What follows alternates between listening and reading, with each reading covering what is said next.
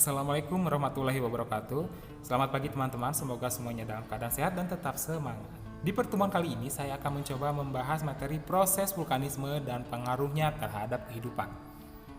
Yang pertama, proses vulkanisme. Vulkanisme diartikan sebagai suatu gejala atau akibat adanya aktivitas magma di dalam litosfer sehingga keluar ke permukaan bumi. Magma adalah batuan cair pijar bertemperatur tinggi yang terdapat di dalam kulit bumi, terjadi dari berbagai mineral dan gas yang terlarut di dalamnya. Magma terjadi akibat adanya tekanan di dalam bumi yang amatlah besar. Walaupun suhunya cukup tinggi, tetapi batuan tetap padat. Jika terjadi pengurangan tekanan, misalnya adanya retakan, tekanannya pun akan menurun, sehingga batuan tadi menjadi cair pijar atau disebut dengan magma. Terdapat dua gerakan magma, yaitu intrusi dan ekstrusi magma. Intrusi magma, proses penerobosan magma melalui retakan-retakan dan celah pada lapisan batuan permukaan litosfer, tetapi tidak sampai ke permukaan bumi. Intrusi magma bisa mengangkat lapisan kulit bumi menjadi cembung sehingga membentuk tonjolan berupa pegunungan. Secara rinci, adanya intrusi magma atau disebut dengan plutonisme menghasilkan beberapa macam bentuk. Yang pertama, batolit, yaitu batuan beku yang terbentuk di dalam dapur magma sebagai akibat penurunan suhu yang sangat lambat. Intrusi ini sebenarnya adalah dapur magma yang membeku. Dan yang kedua ada namanya lakolit, di mana magma yang menyusun di antara lapisan batuan yang menyebabkan lapisan batuan di atasnya terangkat sehingga menyerupai lensa cembung, sementara permukaan atasnya tetap rata. Dan yang ketiga adanya keping intrusi atau seal. Sisipan magma yang membeku di antara dua lapisan litosfer relatif tipis, melebar, dan sejajar dengan bidang perlapisannya. Dan yang keempat, intrusi korok atau gang atau dik, yaitu batuan hasil intrusi magma memotong lapisan-lapisan litosfer dengan bentuk pipih ataupun lempeng. Yang kelima, adanya apolisa atau apolis, yaitu semacam cabang dari intrusi gang yang bercabang-cabang banyak seperti menjari. Keenam, adanya diatrema, yaitu batuan yang mengisi pipa letusan berbentuk silinder atau dari dapur magma sampai ke permukaan bumi. Yang ketujuh, lopolit, yaitu batuan beku intrusi yang mendesak lapisan di atas dan di bawahnya menjadi bentuk biconvex. Yang kedelapan, pacholit, yaitu jenis batuan beku intrusi yang mendesak lapisan di bawahnya sehingga membentuk suatu bentukan lensa datar cembung.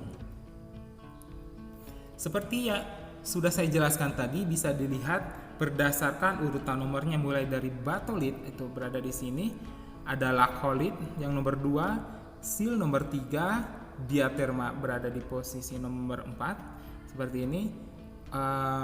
Intrusi korok, apolisa, pipa kawah, kawah utama, kerucut gunung berapi parasit, kawah samping. Yang kedua itu ekstrusi magma. Proses keluarnya magma ke permukaan bumi, ekstrusi magma inilah yang menyebabkan gunung api atau disebut juga vulkan. Ekstrusi magma tidak hanya terjadi di daratan tetapi juga bisa terjadi di lautan. Oleh karena itu, gunung berapi bisa terjadi di dasar laut. Ekstrusi identik dengan erupsi atau letusan gunung api yang dapat dibedakan menjadi dua.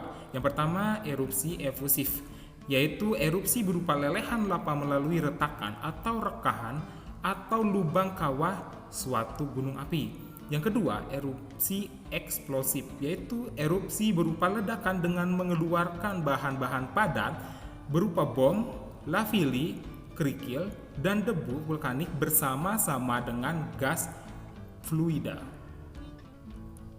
Berdasarkan banyaknya celah pada permukaan bumi, waktu magma keluar, erupsi dibedakan menjadi dua macam. Ada erupsi linear, yaitu gerakan magma menuju permukaan bumi melalui celah-celah atau retakan-retakan. Yang kedua, erupsi sentral, terjadi jika lava keluar melalui terusan kepundan, erupsi sentral dibagi menjadi 3 macam, yaitu erupsi yang semata-mata efusif, eksplosif, dan campuran.